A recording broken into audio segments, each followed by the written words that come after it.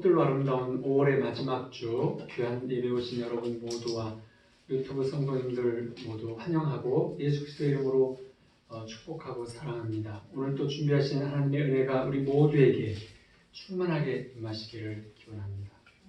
우리 말씀 보겠습니다. 마가복음 11장 25절 말씀 보겠습니다. 신약 74쪽이네요. 제 성경은 마가복음 11장 25절 1절 말씀 보도하겠습니다. 다같이 시작. 서서 기도할 때에 아무에게나 혐의가 있거든 용서하라. 그리하여 하늘에 계신 너희 아버지도 너희 허물을 사하여 주시리라 하셨더라. 또 한 쪽 보겠습니다. 갈라디아서 5장 16절에서 18절 말씀 보겠습니다. 308쪽이네요. 갈라디아서 5장 16절에서 18절 말씀 다같이 시작. 내가 이르노니 너희는 성령을 쫓따라 행하라. 그리하면 육체의 욕심을 이루지 아니하리라. 육체의 수욕은 성령을 거스르고 성령은 육체를 거스르나니 이 둘이 서로 대적함으로 너희가 원하는 것을 하지 못하게 하려 함이라. 너희가 만일 성령이 인도하시는 바가 되면 율법 아래에 있지 아니하리라. 아멘.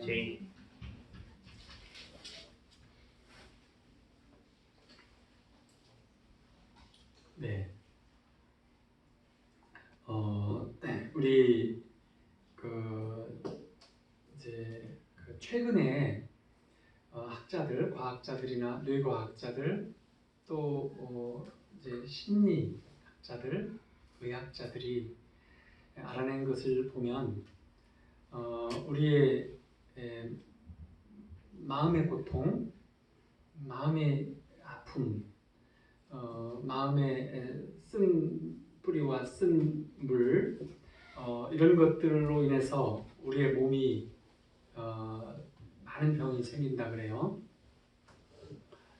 왜냐하면 몸, 즉 우리 육체의 주인이 마음이기 때문에 그런 것이죠. 그래서 내 영혼이 잘됨 같이 범사가 잘되고 강건하기를 하나님께서 원하셨어요.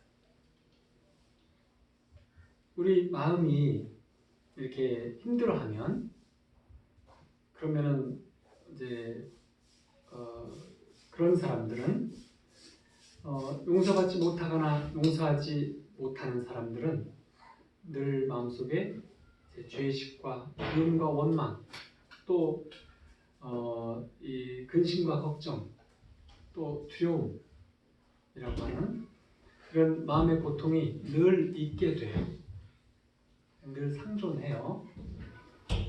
그래서 이런 감정들은, 이 마음의 고통들은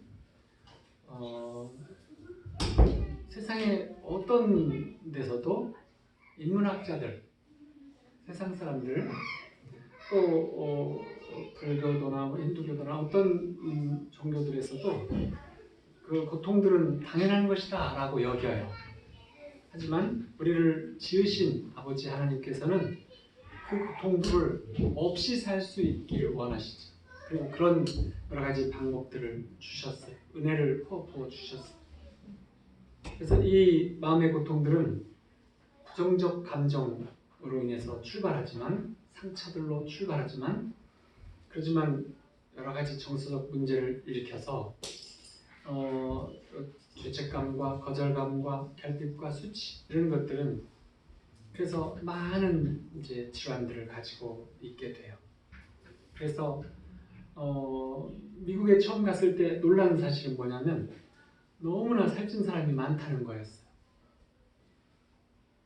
이루 말할 수 없는 트럭이 아니고는 탈 수 없는 사람들도 있더라고요. 일반 차는 차가 아니었어요. 그렇지만 또 놀라운 일들은 그런 사람들이 그렇게 많아도 중풍이 별로 없다는 거예요. 실제로 미국 의사들이 다루는 환자들을 보면 중풍 환자들은 많지 않아요. 제일 많은 것이 이제 심장, 스텐트 삽입하는 거, 또 인공관절, 무릎 관절 이런 것들이 많지 중풍이나 이런 것들은 별로 없어요. 우리나라보다 훨씬 더 감정의 상처를 덜 주고 덜 받고 사는 문화가 있다는 것이 기독교가 바탕이 된 문화 속에서 그런 거예요.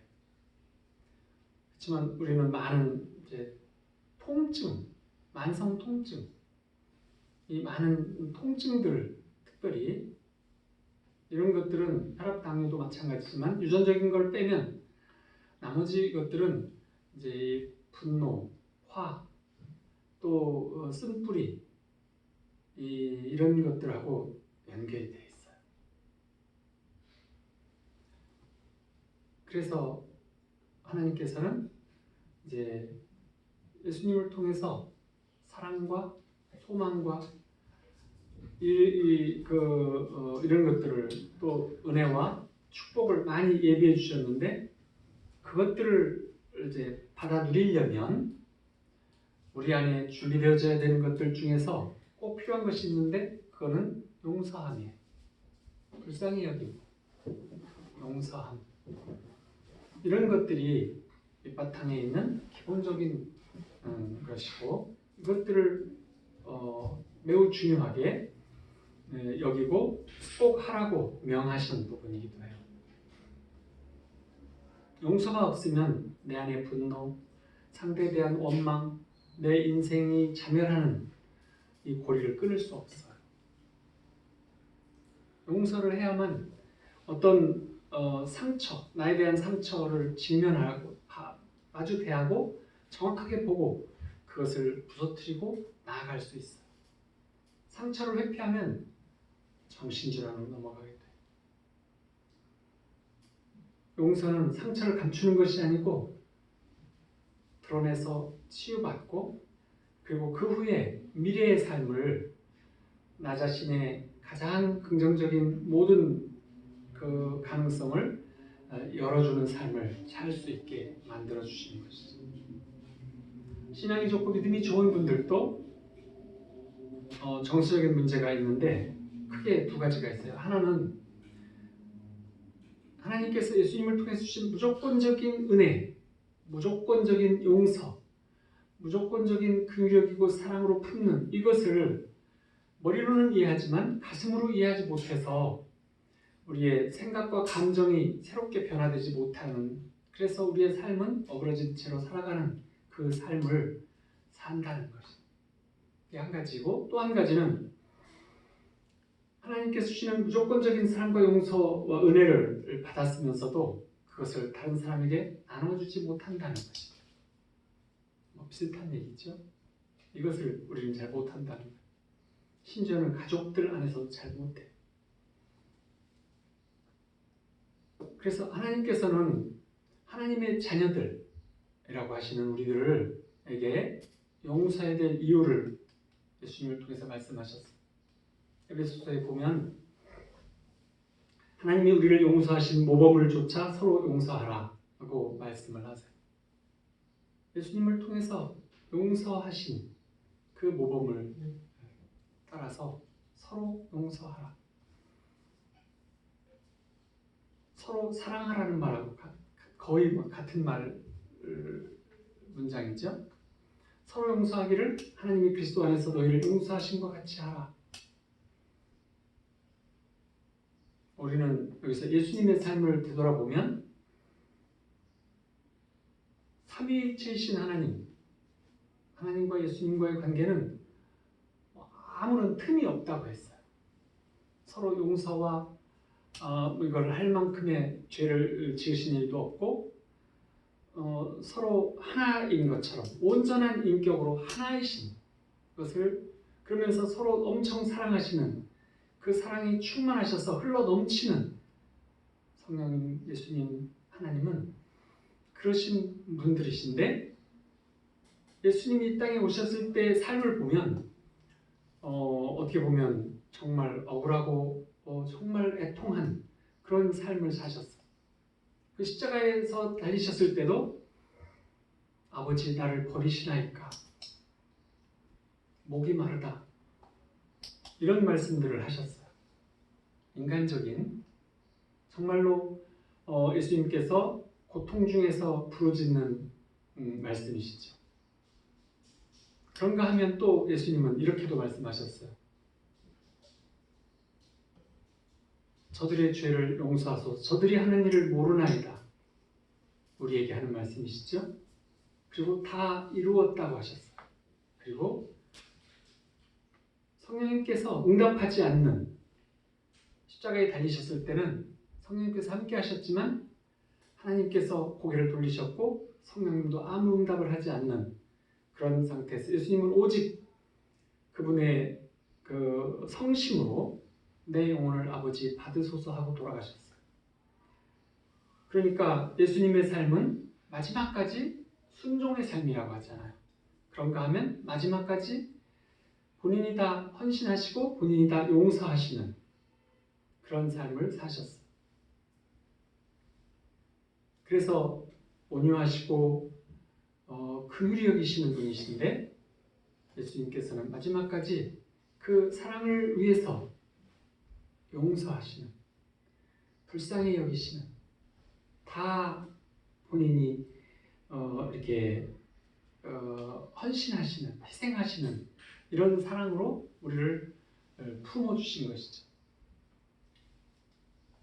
그 사랑을 받은 우리는 그런데 머리로는 다 이해가 되지만 우리의 삶으로는 용서 못할 때가 많아요.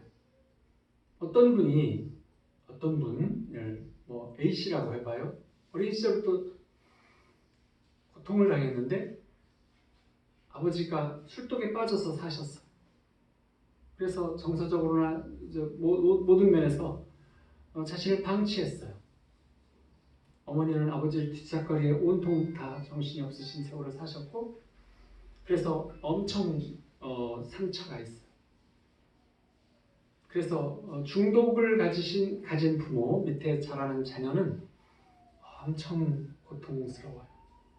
그것이 이 상담치유의 그 주요한 부분인데 엄청난 상처들이 많아서 그에 따르는 여러 가지 성격적 결함 50여 가지가 나타나요. 인격의 문제들이 나타나죠. 그런데 이제 그 A씨는 그 부모를 용서하려고 이렇게 노력을 많이 했어요. 왜냐하면 자기 자녀들에게 용서의 모범을 보이려고 생각을 했던 거죠. 그래서 상담 치료를 쭉 받았는데 그래서 거기에서 황금률을 알았어요. A씨가 알아낸 황금률, 그건 이거예요. 부모를 사랑하고 인정하며 용서하는 자는 복이 있나니 자기 자녀들로부터 그만큼의 사랑과 인정과 용서를 받을지어다. 이것이 황금률입니다. 그래서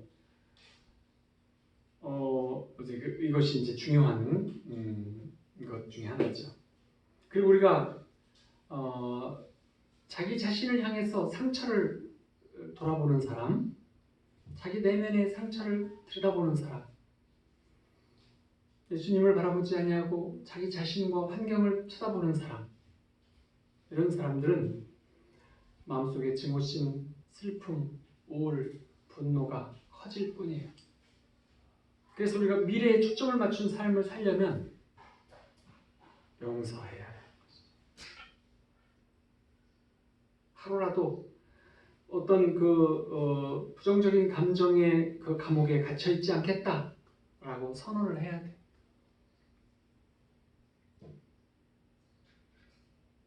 나의 어제가 남들처럼 좋았더라면 나는 좀 더 훌륭한 내일을 살 수 있을 거야. 이것은 많은 사람들이 갖는 환상인데 또 아쉬움인데, 그래서 책 제목이 if라는 책에 있어요. 만약 내가 이러이러했더라면, 우리 마음속에서 늘 내가 만약에 저 사람과 같았더라면, 내 인생이 저만큼만 좋았더라면 이라는 가정 if라는, 내가 만일 이렇게 되었더라면 이라는 말을 마음속에서 많이 표현하고, 이게 이제 한 소제목이에요. if가 감정 치유에 중요한 거예요. 근데 이제 상처가 치유된 사람들은 이 if를 하지 않아요. 내가 만약에 이렇게 했더라면 이런 그 상상력을 갖지, 상상의 날개를 펴지 않아요. 그런 상상은 펴지 않아요. 그거는 뜬구름과 같은 상상력이에요. 이루어지지 않는 우리를 위해서 하나님께서는 성경에서 보면 용서를 한 번에 하신 것이 아니라 준비하시면서 차곡차곡 계획적으로 해주셨어요.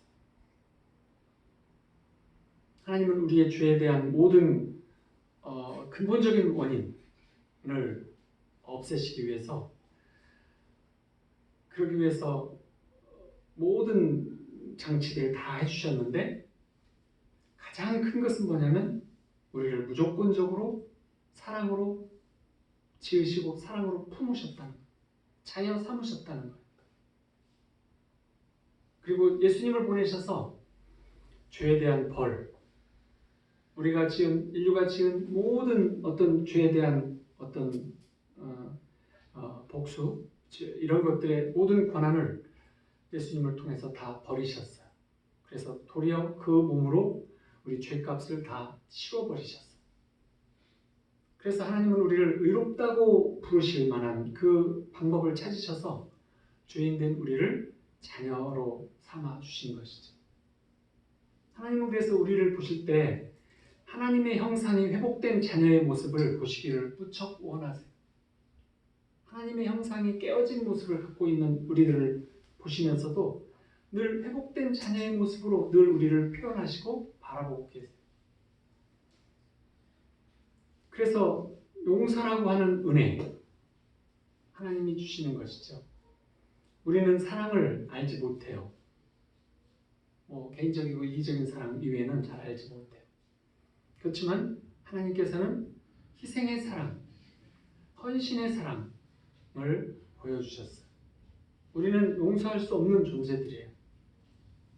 우리는 인간적으로 용서할 수 없는 존재들이에요. 하지만 예수님을 통해서 우리 몸을 입으신 예수님은, 그 예수님이 하실 수 있으면 예수님의 제자들은 예수님을 따라 할 수 있다는 거예요.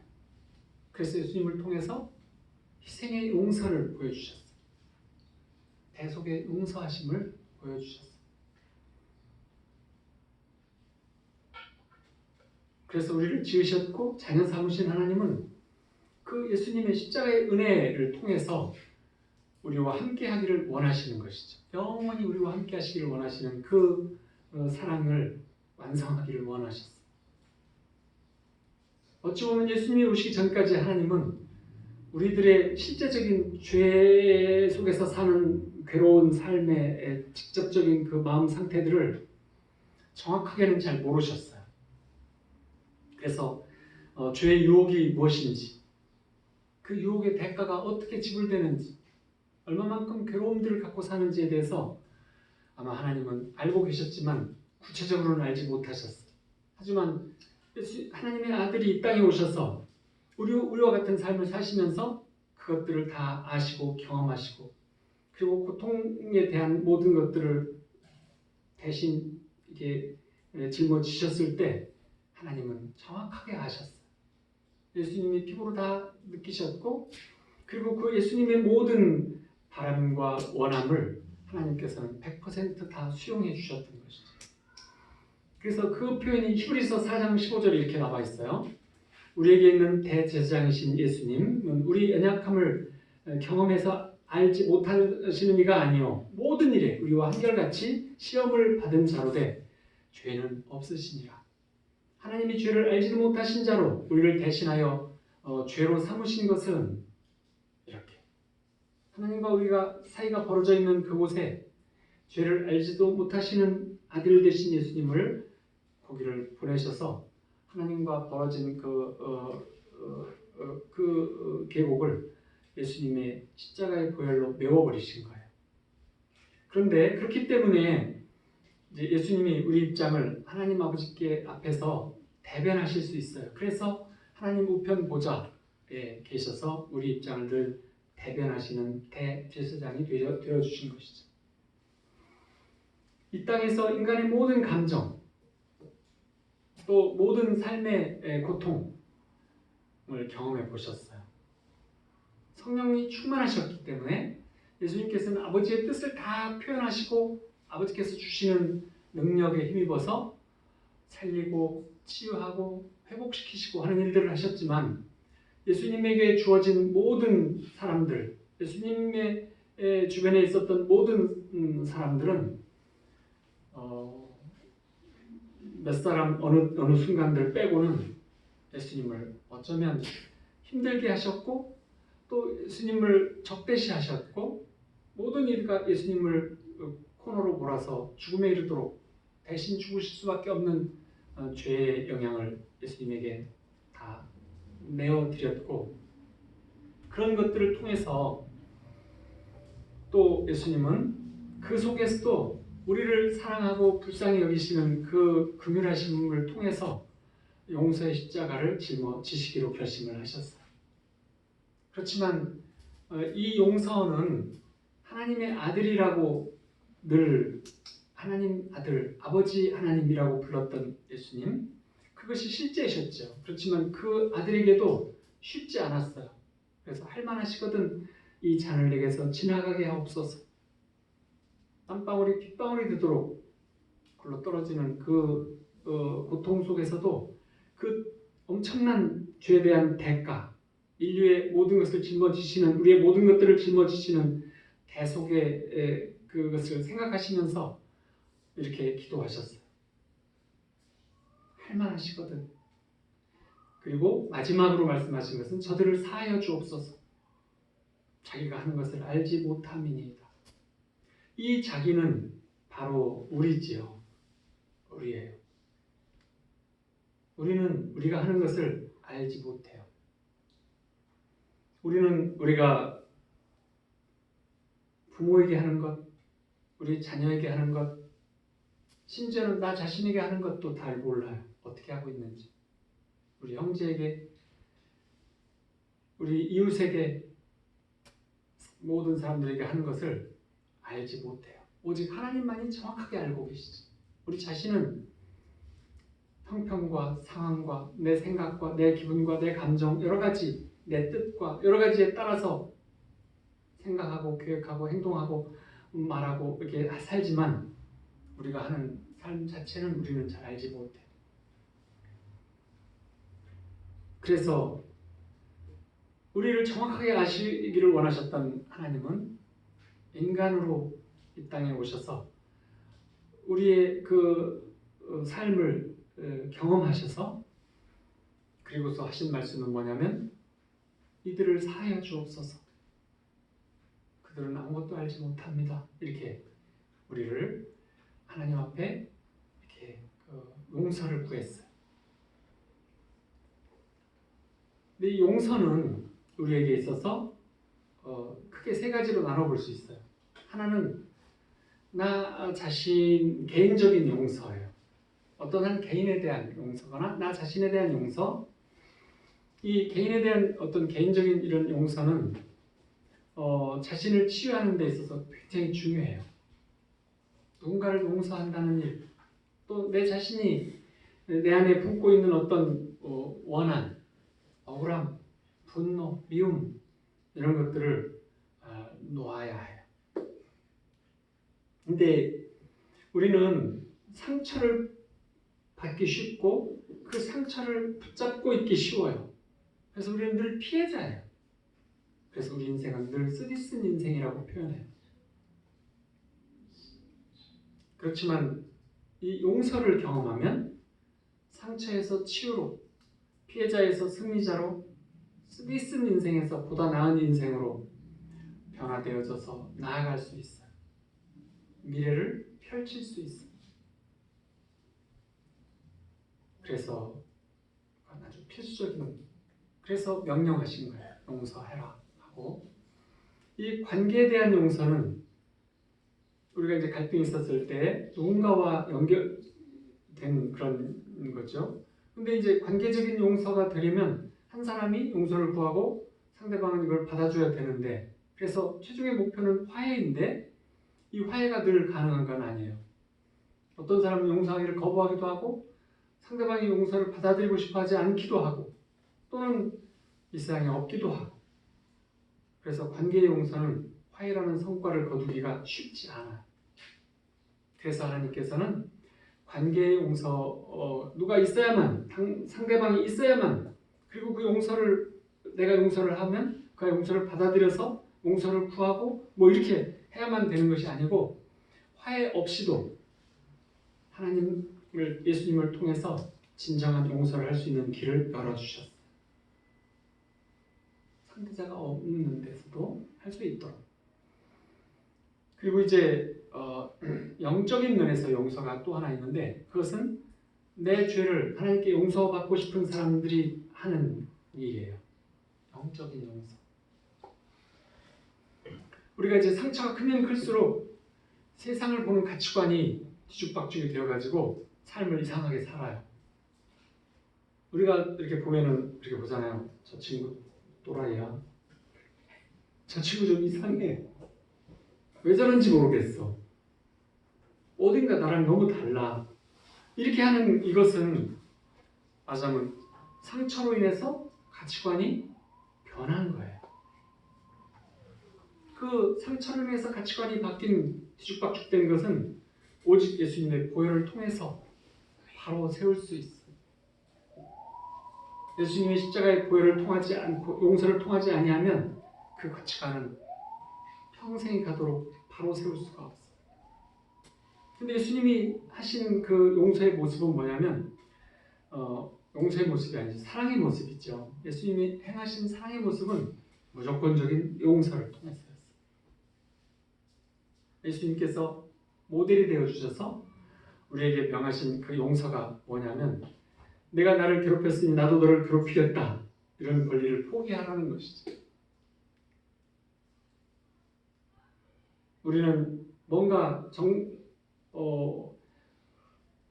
마땅하지 못하다, 부당한 상처를 입으면 용서할 수 없다는 마음이 생겨요. 그것은 우리가 육신을 입었기 때문이기도 하고 지난 시간에 말씀드린 것처럼 우리의 몸이 우리의 감정, 분노, 화 이런 모든 것들은 육체에서 이루어진다라고 했잖아요. 우리 뇌에서 이루어지는 것들은 육체에서 이루어지는 것이에요. 마음에서 이루어지는 것하고는 좀 달라요. 그래서 이제 강아지도 약 올리면 준이라도 물어버려요. 화가 나니까. 강아지 약 안 올려보셨어요? 저는 테리라고 하는 강아지를 약 올려본 적이 있어요. 막 그렇게 하더라고요.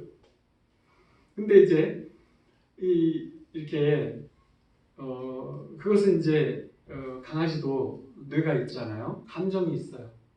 분위기 파악도 할 줄 알아요. 그렇게 하기 때문에 이제 상처를 입었다고 하면 이제 보복을 하는 것이죠. 그런데 예수님께서는 우리 인생의 어떠한 경우의 삶을 살더라도 용서하라고 말씀을 하세요. 어떠한 경우에도. 왜 그렇게 예수님이 강조하실까요? 우리는 왜 용서를 해야만 할까요? 용서를 해야만 평강을 누릴 수 있어요. 하나님 나라의 삶을 살려면 용서를 해야만 하나님 나라의 삶을 살 수 있게 되어졌어요. 하나님 나라의 필수적인 조건이 뭐냐면 용서예요. 하나님 나라에 들어가기 위한 필수적인 조건이 용서예요. 평강하지 않으면 기쁨과 감사가 나오지 않죠. 평강이 없는 데서는 영적 은혜를 누릴 수 없어요. 그래서 우리는 용서하고 평강을 얻을 수 있는 그걸 주셨다고 하면 우리 삶이 너무나 어린 시절이 힘들었다면 내가 지지리도 복이 없다고 여겨진다면 그것은 정말 지극히 감사의 제목이 돼요. 왜냐하면 하나님께서는 이 부분을 이해를 잘 하셔야 돼요. 누군가에게 삶을 우리는 정말 내 삶을 꼬았다고 생각하는데 나한테 적절한 환경이었어.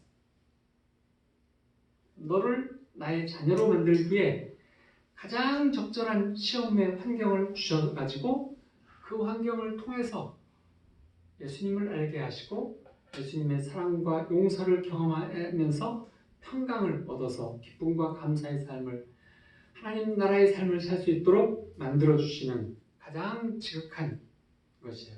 그럼 우리는 화낼 수 있어요. 이런 삶이 무슨 축복의 삶이라고요? 하지만 우리한테 주어지신 것을 우리가 거기서부터 은혜를 통해서 풀고자 하는 삶을 산 건 아니에요. 우리는 그 삶을 우리의 인격으로 더 꼬아댔어요. 분노의 화살을 쏘면서 사람을 미워하면서 관계를 꼬면서 우리의 삶을 더 많이 우리가 꼬은 것이지 그렇게 꼬아지도록까지 하나님이 해주신 건 아니세요. 환경을 주신 것은 맞지만 그런 부모 밑에서 태어나게 하신 것, 그것은 하나님이 주신 환경이에요. 그래서 어린 시절에 상처들이 많이 있을 수밖에 없는 것, 그것도 하나님이 주신 환경이죠. 하지만 하나님을 알 수 있는 나이, 하나님에게 예수님을 전도받은 나이, 어떤 것 이후에는 우리가 우리 삶을 꼬은 것인 거예요. 우리가 마귀의 삶을 받아들여서 몸부림치면서 사슬을 풀려고 하지만 풀지 못하는 삶을 살아온 것이지, 그러면서 더 죄어오는 사슬 속에서 왜 더 압박이 더 심하냐고 하면서 우리가 우리 자신의 환경을 애통해했지만 그것은 우리 자신이 이렇게 더 함께 꼬은 것이 더 많은 것이지. 환경을 주신 것 자체에서 요셉을 보면 환경을 꼬지 않았어요. 요셉은 늘 어떤 환경, 어떤 좌절된 상황이 왔어도 하나님께 감사하고 하나님을 믿는 믿음 안에서 자신이 꼬진 않았어요. 그래서 큰 열매가 있었던 것이죠. 아무리 훌륭한 무기를 가진 군사라고 하더라도 쇠사슬에 묶여 있다면 힘쓸 수 없는 것이죠. 우리가 영적인 하나님 나라의 용사라고 할지라도 우리 안에 미움, 분노, 상처, 이것들로 우리가 마귀의 쇠사슬에 우리가 묶여 있다고 하면 아무리 몸부림을 쳐도 그 쇠사슬은 풀 수가 없어요. 마귀가 가지고 있는 유일한 힘이 묶는 거예요. 마귀의 그 묶임은 우리 스스로가 풀 수가 없어요. 더 죄어갈 뿐이죠. 더 압박해 가는 거예요. 그 쇠사슬은 어떻게 풀 수 있냐면 유일한 것은 용서할 때, 용서를 통해서 풀려요. 그러면 에베소 4장 27절 마귀로 틈을 타게 하지 말라라고 하신 말씀은 다른 말로 말하면 무슨 말씀이세요? 항상 용서하라라는 말씀이세요. 마귀에게 틈을 주지 말라는 말씀은 너의 분노로, 너의 감정으로 마귀에게 틈을 주지 말라. 이것은 용서하라는 것입니다. 우리가 또 기도의 응답을 받으려면 아까 마가복음 11장 말씀처럼 서서 기도할 때 아무에게나 혐의가 있거든, 억울함이 있거든 용서하라. 그리하여 하늘에 계신 너희 아버지도 너희 허물을 사하여 주시니라. 하나님께서 그 응답은 다니엘서에 보면 우리가 기도를 시작할 때 응답을 늘 주세요. 하지만 사단이 그 응답을 방해하면 21일 동안이나 사단이 그 응답을 붙잡고 막았다고 하잖아요. 그것처럼 응답은 늦을 수 있어요. 하지만 우리가 그 마귀의 쇠사슬에 묶여있지 않다면 빠를 거예요.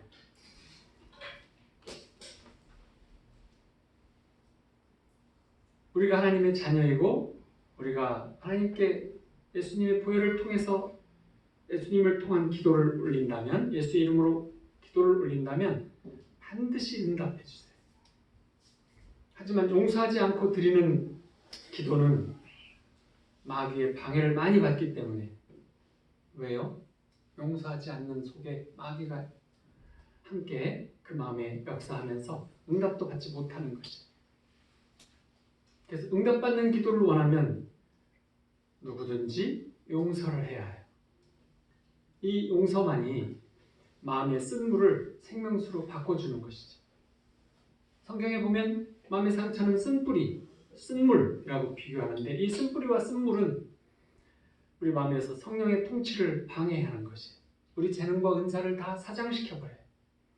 그래서 쓴뿌리와 쓴물은 우리 육신과 마음을 병들게 하는 것이죠. 그래서 히브리서에 보면 12장에 또 쓴뿌리가 나서 괴롭게 하고 많은 사람이 이로 말미암아 더러움을 입을까 두려워하고, 오직 용서만이 쓴물을 생명수로 바꾸는 능력이 있는 것이죠. 그렇게 했을 때 우리의 가슴속 깊은 곳에서 생수의 강이 흘러 넘치게 된다고 말씀하셨어요. 용서의 능력이시죠.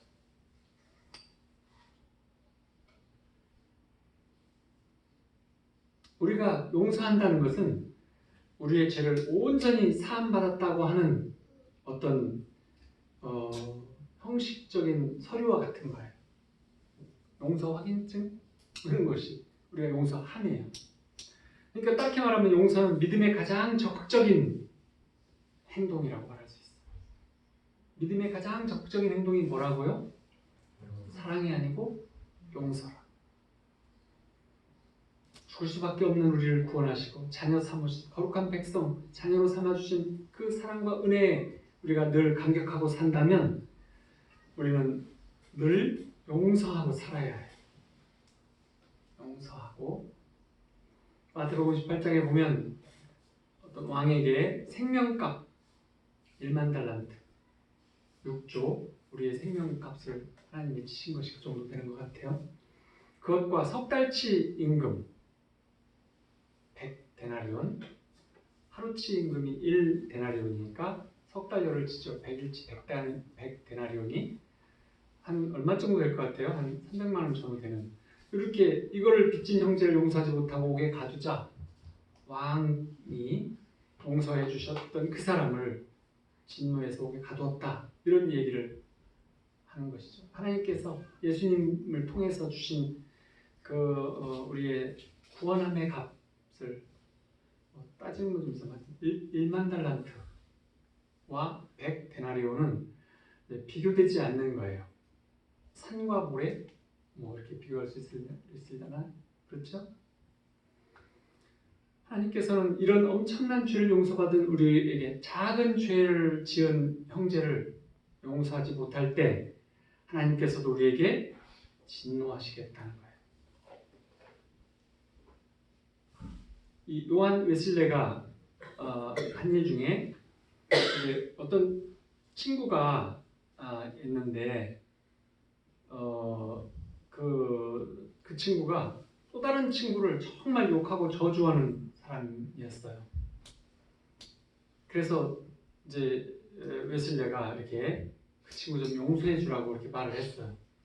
그러자 그 사람이 이렇게 이를 막 갈면서 다른 사람은 다 용서해도 그놈만은 죽어도 용서할 수가 없다 이렇게 말을 했어요. 그래서 웨슬레가 뭐라고 말했냐면 좋아 그러면 마음대로 해. 근데 한 가지는 분명히 알아야 돼. 당신은 절대 죄 지으면 안 돼. 그러자 왜요? 하고 물었어. 그렇게 남을 용서 못하니까 당신도 절대 용서받지 못할 거 아니야. 그러자 그가 고개를 푹 숙이면서 이제 회개를 했다고 하는 얘기가 있어요. 전설 같은 얘기인가요? 하나님께 용서받은 우리는 용서에 능한 사람, 용서에 센스가 좋은 사람, 늘 저 마음속 깊은 곳에서 우리의 가슴을 통해서 용서해 주는 사람, 용서에 아주 능한 사람이 되기를 원하세요. 근데 우리는 용서하는데 서툴러요. 용서하는데 어려워해요. 왜 그럴까요? 첫 번째는 나 중심적 사고가 있기 때문에 그래요. 말하지 않아도 아실 거예요. 나를 중심으로 온 우주가 있다고 하잖아요. 그렇기 때문이죠. 주관적인 내 입장에서 어떤 고정된 가치관으로 남과 세상을 이렇게 보는 이런 사람들은 자기 행위에 대한 성찰을 하지 않아요. 내가 누구인지 몰라요. 내가 하는 일이 무엇인지 몰라요. 예수님을 죽이는 일인지 몰라요. 그래서 반성하지 못하기도 하고 종합적인 판단, 쉽게 말하면 남의 입장에서 판단할 줄 몰라요. 그래서 이해와 배려, 그걸 하지 못하고 그러면 소통도 못하고 헌신도 할 수 없는 거지. 그래서 모든 문제의 원인은 늘 남에게 있고 어떤 상황에 있다고 이렇게 생각하는 거지. 근데 이게 바로 누구예요? 우리죠. 우리예요. 아담과 하와 창세기에도 보면 내가 어찌하여 이렇게 하였느냐 하고 하와에게 묻자 하와가 말하기를 뱀이 나를 꾀므로 내가 먹었나이다. 우리는 용서해주면 상대방의 그 죄책감까지 씻어줄 것이다 라고 생각해요. 그것이 걱정돼가지고 용서를 못해요. 우리가 용서해주면 죄책감까지도 안 가질 거 아니야. 이렇게. 그 친구는 벌을 좀 받아야 돼. 직접 벌 주지는 못해도 마음으로 벌을 주면 공평해진다고 생각해요. 하지만 진심으로 벌을 받는 사람은 누구냐면 바로 자기 자신이에요. 어저께 저녁에 민서가 이제 올라와서 노는데 저기 그 오빠를 좋아하더라고요. 금방 결혼한 신부가 있는데도 신부를 제끼면서 아무 죄책감도 없이 오빠랑 같이 자고 싶다고 그랬어. 지금 안 웃는 사람은 심한 우울증이 있는 분들이에요.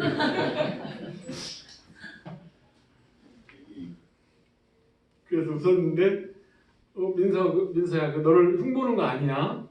잘한 거야. 다 웃었어요. 그래서 우리가.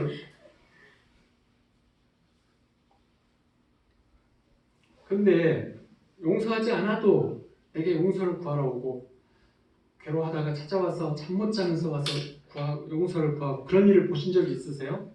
아주 드문 일이에요. 나도 그렇게 한 적이 별로 없는데 그 사람이 항상 잘못만 하면 나한테 와서 다 그렇게 할 거라고 믿어진다는 게 좀 이상하지 않아요? 그건 정말로 지혜롭지 못한 세상을 보는 거예요. 헛된 기대를 바라고 계속 좌절하면서 상처받지 말고 남은 변화시킬 수 없다. 이것을 인정하고 사실로 받아들여야 해요. 또 자기 자신 중심으로만이 아니라 두 번째는 내 영의 소리를 듣는 게 아니라 나의 육신의 소리를 듣기 때문에 그래요. 갈라디아서 지금 육체의 소욕은 성령을 거스리고 성령은 육체를 거스르노라. 이 둘이 서로 대적함으로 너희가 원하는 것을 하지 못하게 하려 함이라. 마귀가 추구하는 거지. 복 있는 사람은 악인의 길을 쫓지 아니하며 주인의 길에 서지 아니하며 오만한 자의 자리에 앉지 아니하고 하는 그 육신의 소리. 우리는 육신의 소리, 본능과 욕심의 소리, 내가 인간으로서의 하는 어떤 정당하다고 생각하는 어떤 욕구들, 이것이 흔히 마귀의 영향 아래 많이 있어요. 그것이 마귀의 영향을 벗어나면 우리가 바라고 원하는 것들이 성령께서 우리에게 주시고자 하는 어떤 것들로 변해요. 그런데 성령과 함께하지 아니하면서 본능과 욕심의 소리에 귀를 기울이면 그건 우리를 더 멸망시키는 곳으로 가게 만들죠. 좀 더 쉽게, 좀 더 편하게, 좀 더 빨리, 좀 더 많이 이렇게 마귀는 그런 것들을 통해서 이렇게 우리를 이렇게 몰고 가려고 해요.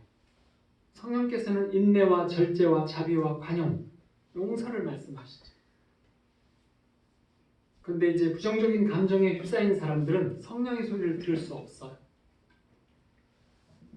육신의 소리를 듣고 용서보다는 이제 그 뭔가 마음의 고통을 되갚아 주려고 하는 본능적인 것이에요.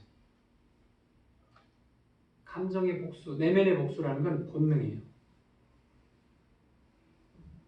왼쪽 뺨을 맞으면 오른쪽 뺨을 때리고 싶은 것이 본능이라. 그런데 그래서 그렇게 하면 이제 원수 맺고 살게 되죠. 많은 관계들이 묶이고 꼬여지게 되죠. 그래서 육신의 소리를 우리는 육신의 소리인 줄 알고 떼어야 돼요. 육신의 욕구를 떼는 방법은 예수님을 바라보는 일, 매일 아침에 예수님의 십자가를 묵상하고 벌하신 예수님을 묵상하면서 예수님을 바라보는 일, 그리고 그 예수님 안에서 하나님 나라에서 그 오직 용서, 오직 긍휼, 오직 사랑의 마음을 우리의 감정에다가 이렇게 그걸로 덮는 일, 이것들을 통해 있을 때 우리는 육신의 소리가 분명하게 들려요. 그것을 영적 통찰력이 부족하다 이렇게 말하는데, 우리의 모든 사건들에는 영적인 이유가 있어요. 하나님께서 허락하여 일어나는 것이죠. 그러니까 우리가 일어나는 모든 일 속에 이면에는 하나님의 뜻이, 그걸 알아차려야 돼요. 그래서 우리는 우리에게 주어졌던 힘든 과거, 우리에게 주어졌던 고통스러운 어떤 여러 가지 일들이 육신의 눈으로 보면 고통, 고난, 저주, 불행이지만 영적인 눈이 떠져서 통찰해서 본다면 요셉의 고통과 고난처럼 축복인 경우가 많아요. 그래서 하나님이 함께 해주시면, 성령께서 우리와 함께 해주시면, 예수님의 십자가의 은혜 안에 들어가면 고난과 고통이 다 합력해서 결국 선을 이루는 삶으로 바뀌어지게 되어 있어요. 그런데 우리는 영적 통찰력이 부족해지면 육신의 눈으로 보는 것이 세상이 전부라고 생각해서 좌절하고 슬퍼하고 몸부림치는 삶을 사는 것이죠. 용서하려면 어떻게 해야 될까요? 고린도전서 10장에서 이렇게 말씀, 사람이 감당할 시험 밖에는 너희가 당한 것이 없나니 오직 하나님은 미쁘사 너희가 감당하지 못할 시험 당함을 허락하지 아니하시고 시험 당할 즈음에 또한 피할 길을 내사 너희로 능히 감당하게 하시느니라. 즉 우리에게 주어진 모든 것들은, 시험은 감당할 수 있는 걸 주셨다는 거예요. 그러니까 우리가 용서할 수 있는 것은 어떤 거예요? 감당할 수 없는 시험이에요? 감당할 수 있는 시험이에요? 감당할 수 있는 시험이다라는 말씀이에요. 우리가 우리에게 당한 고통은, 고통 준 상대들은 누구나 다 용서할 수 있는, 능히 감당할 수 있는 사람들이다, 그런 일이다 라고 표현하시는 거예요. 하나님이 불가능한 것을 자녀인 우리에게 요구하시지 않아요. 하나님이 전능하시니까. 하나님은 너무나 사랑이 많으시고 너무나 선하셔서 우리가 할 수 없는 것을 갖다가 하라고 하지 않으시는 분이에요. 그래서 우리에게 용서할 수 있는 힘, 능력을 우리에게 이미 주어주시고 그리고서 용서하라고 하세요. 그럼 용서에 능한 사람이 되려면 어떻게 해야 될까요? 우리는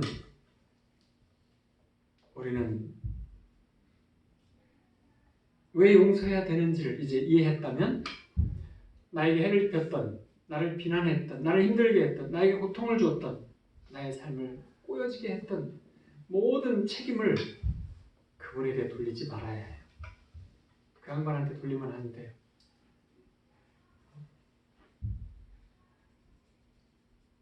요셉이 깨달았던 것처럼 그분은 누구가 책임자셨어요?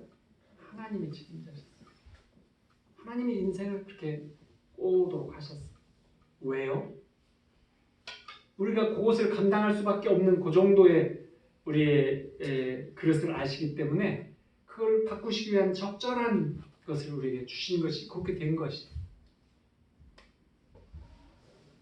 그러니까 이제 애굽 총리가 되고 싶으면 요셉처럼 일찍 이렇게 이제 형제한테 팔리고 뭐 이렇게 가고 이렇게 하고 뭐 이렇게 하면 총리 될 수 있어요. 근데 그 정도로 원하지 않으시고 이 땅에서 행복하고 여러 가지로 은혜와 감사함을 서로를 이렇게 용서하고 사랑하고 소통하면서 그리고 남을 도우면서 살 수 있는, 우리가 가질 수 있는 적당한 그 정도의 것을 원하신다면 그렇게까지 욕심내지 마시고, 요셉 같은 것을 욕심내지 마시고 무조건 용서하겠다는 이 용서에 나는 무조건 용서하겠습니다라는 결심을 하게 되면 그때부터 하나님께서는 다 이렇게 풀어주세요.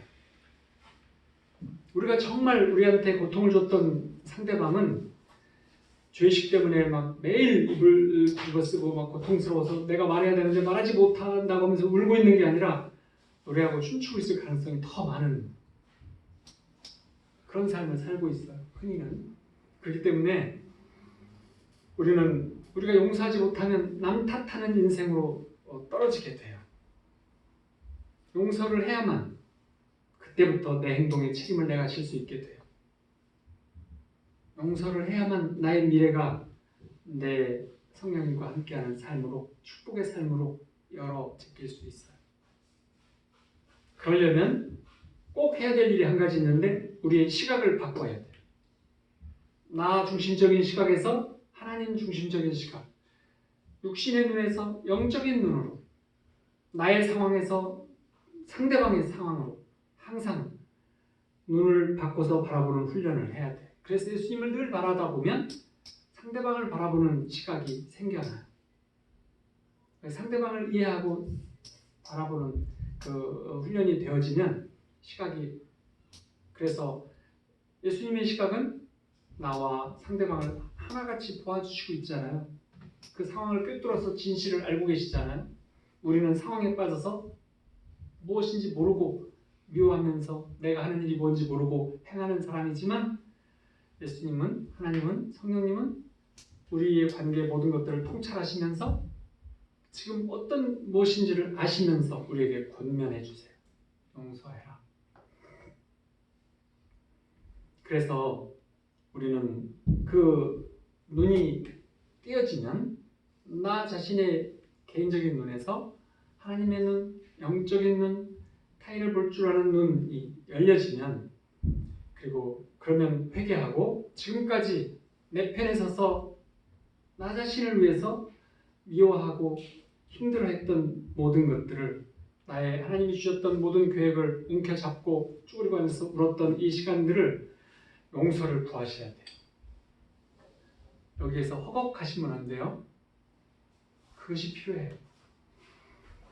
그리고 우리에게 주어진 모든 사건, 우리에게 주어진 어떤 상황 속에서 하나님의 영광을 찾아서 하나님께 영광을 올릴 수 있는, 그때부터는 은혜와 축복으로 감싸주시는 삶, 하나님 나라의 삶을 진정으로 살아가게 돼요. 용사로서 살 수 있어요.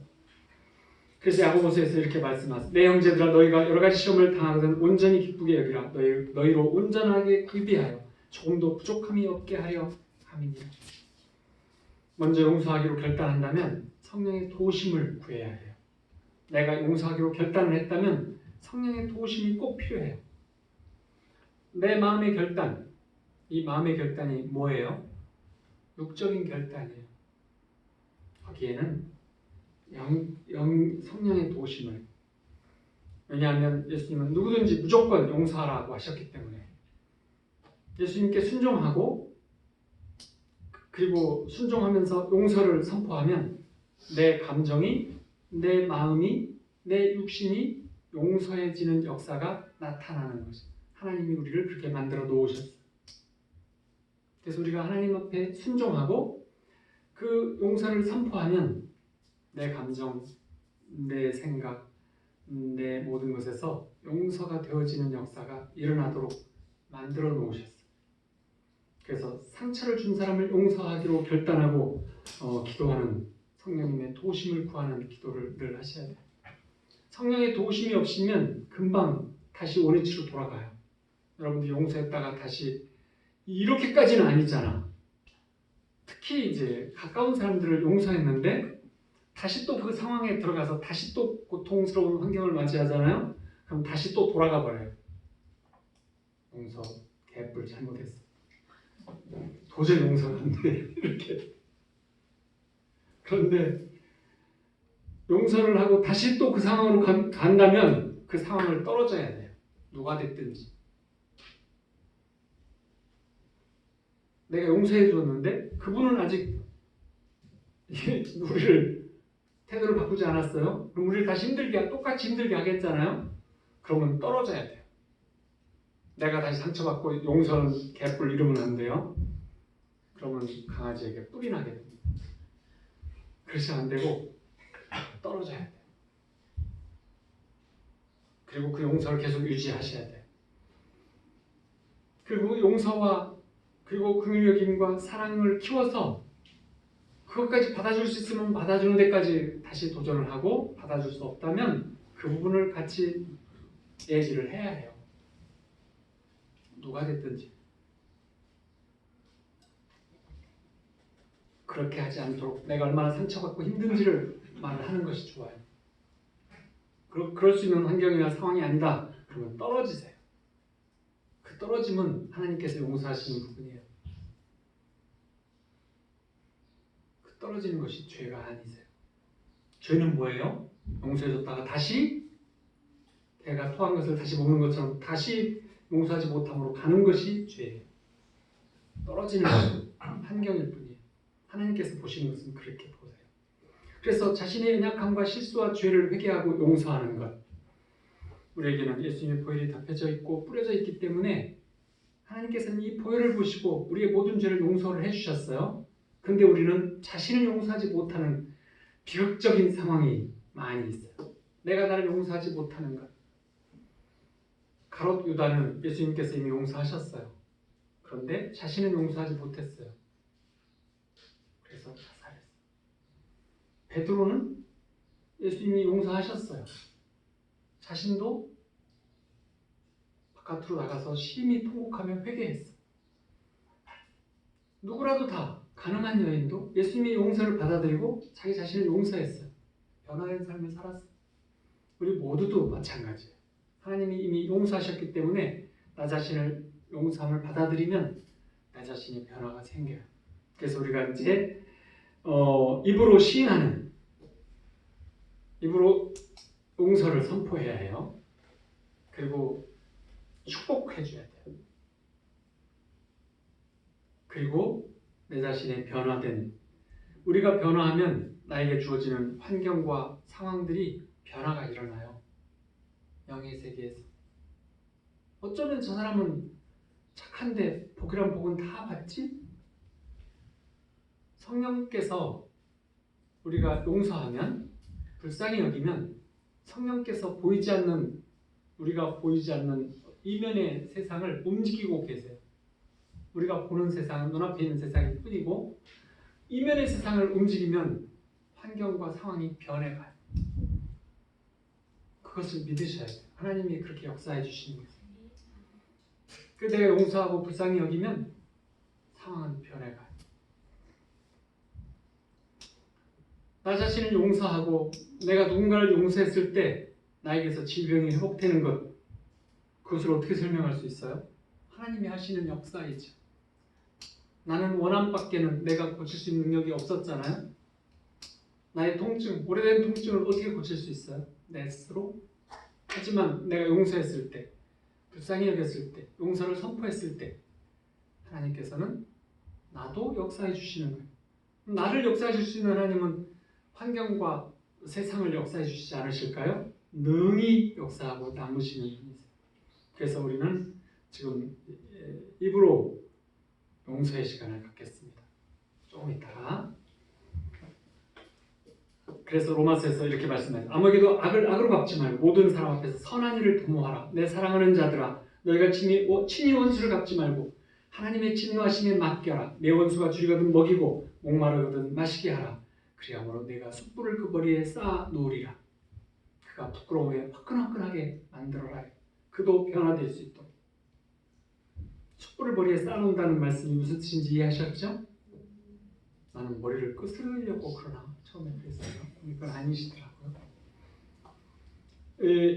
이제 우리는 통성으로 기도하는 시간을 갖겠습니다.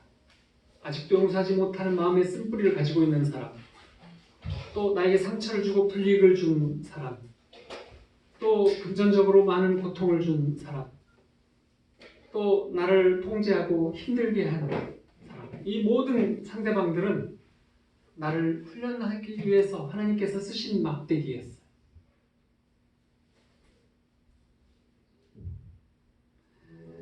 그래서 하나님께 모든 이 상황과 그 상대방을 입으로 표현하시면서 용서하시고, 그리고 하나님께 감사하고 예수님의 이름으로 축복하고 나는 용서하기로 결단하셔야 되는 시간을 갖겠습니다.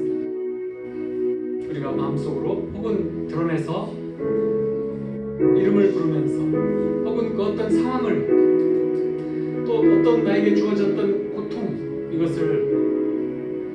그것에 대한 모든 것들에 대해서 우리가 용서하고 예수님의 이름으로 그를 축복하고 하나님께 감사하는 시간을 갖도록 하겠습니다. 우리 함께 통성으로 기도하겠습니다. 좀 더 큰 소리로. 사랑과 은혜가 풍성하신 아버지 하나님, 아버지께 감사와 영광을 올립니다. 저의 모든 죄를 십자가의 피로 용서하셨사오니 아버지 자녀 삼아 주셨사오니 저의 모든 부족과 아무래도 불구하고 아버지 자녀로 받아주셨사오니 오직 풍성하신 자비와 오래 참으심에 대해 감사드리옵니다. 예수님의 십자가의 보혈에 힘입어 나 자신을 용서하고 내게 고통을 준 상처를 준 모든 이들에게 아버지께서 자비와 인내하신 그리고 축복을 주시옵소서. 지금까지 온전하게 용서하지 못하고 불쌍히 여기지 못하고 그들을 원망하며 반감을 품어왔으며 내 마음이 힘들어왔었음을 고백합니다. 아버지 하나님, 예수님의 보혈의 은혜 가운데 나 자신을 용서하기 원합니다. 나는 세상과 상대방과 그 모든 환경들을 알지 못한 채로 그저 몸부림치며 나에게 당한 것들, 내가 당한 모든 슬픔과 분노와 우울을 표현하고 살아왔음을 고백합니다. 내가 당한 모든 감정의 쓴뿌리들을 토해내며 살았음을 고백합니다. 선하신 아버지 하나님, 좋으신 아버지 하나님, 우리 마음속에 있는 쓴물을 뿜어내는 미움, 분노의 여러 가지 감정의 쓴뿌리들을 예수 그리스도의 이름으로 예수님의 보혈로 덮습니다. 이 시간에 미움과 분노와 원망의 대상들을 용서하기로 결단합니다. 내 생각, 내 감정, 내 인격으로는 온전하게 용서하기가 어렵습니다. 성령님, 저희를 도와주시옵소서. 성령님, 제 마음을 온전히 통치하여 주시며 인도하여 주시옵소서. 나의 영적 눈이 뜨게 하여 주시옵소서. 내 중심적인 눈에서 하나님의 눈으로, 예수님의 눈으로 바뀌게 도와주시옵소서. 모든 상황과 상대방을 다 보는 영의 눈이 열리도록 주님 도와주시옵소서. 아버지 마음이 우리 심령에 가득하게 임했사오니 용서와 긍휼과 사랑의 마음이 온전하게 아버지 충만하게 되었사오니 우리 마음의 눈을, 영혼의 눈을 떠서 육신의 용서, 감정의 용서, 이 모든 것들을 할 수 있도록 도와주시옵소서. 우리에게 주어진 모든 사건, 모든 문제, 모든 상대들 속에서 아버지께서 우리를 향하신 영광을 발견할 수 있도록 도와주시옵소서. 예수 그리스도의 마음 안에서 예수 그리스도의 제자로서 사는 삶을 살 수 있도록 도와주시옵소서. 내 마음에 사로잡고 있는 모든 미움과 분노와 우월과 상처들 예수 그리스도의 이름으로 명하노니 떠나갈지어다. 그로 인한 모든 불신앙들, 모든 어둠의 세력들, 부정적인 감정들, 모든 부정적인 생각들은 우리에게서 떠나갈지어다. 예수 그리스도의 이름으로 명하노니 상처는 깨끗이 치료될지어다. 나에게 상처를 준 부모님을 용서합니다. 부모님을 용서하고 사랑합니다. 예수님의 이름으로 사랑하고 축복합니다. 나를 아프게 한 남편, 나를 아프게 한 아내, 나를 아프게 했던 이 형제, 나를 아프게 했던 자녀들을 용서합니다. 예수 그리스도의 이름으로 사랑하고 축복합니다. 나를 욕하고 핍박했던 사람들, 나에게 금전적인 불이익을 안겨줬던 사람들, 나를 이간질하고 미워했던 사람들,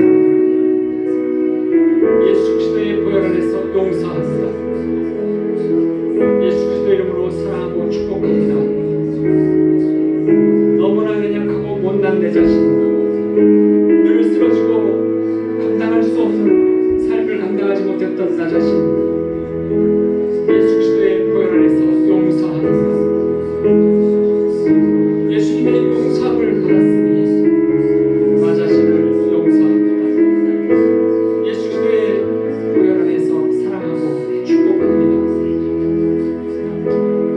하나님의 자녀 삼아 주시옵시고 구원해 주시고 용서해 주신 아버지 하나님, 감사와 영광을 올립니다. 아버지의 모든 그 사랑하심과 긍휼하심을 통해서 우리의 모든 죄를 다 대속해 주신, 그리고 예수님의 십자가에서 흘리신 그 보혈의 피, 우리 예수님께 우리의 온 마음을 다해 사랑합니다. 예수님이 가지셨던 그 믿음이 우리 안에 들어와 나의 믿음이 되었고, 예수님이 가지셨던 그 용서가 나의 용서가 되었고, 예수님이 가지셨던 그 긍휼함이 나의 긍휼이 되었고, 예수님이 품으셨던 그 사랑이 나의 사랑이 되었음을 고백합니다. 우리 주 예수 그리스도의 이름으로 용서하고 긍휼히 여기며 사랑합니다. 내 안에 모든 용서가 선포되어졌고 내 자신을 용서했음을 선포합니다. 나를 힘들게 했던 부모님, 또 나의 가족들,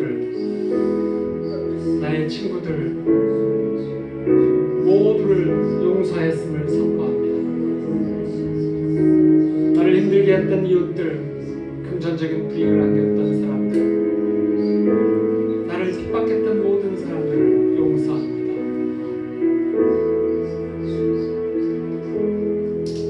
예수 그리스도의 이름으로 사랑하고 축복합니다. 모든 말씀 예수 그리스도의 이름으로 기도하옵나이다. 아멘. 들어진 헌금을 위해서 찬양하고 하겠습니다.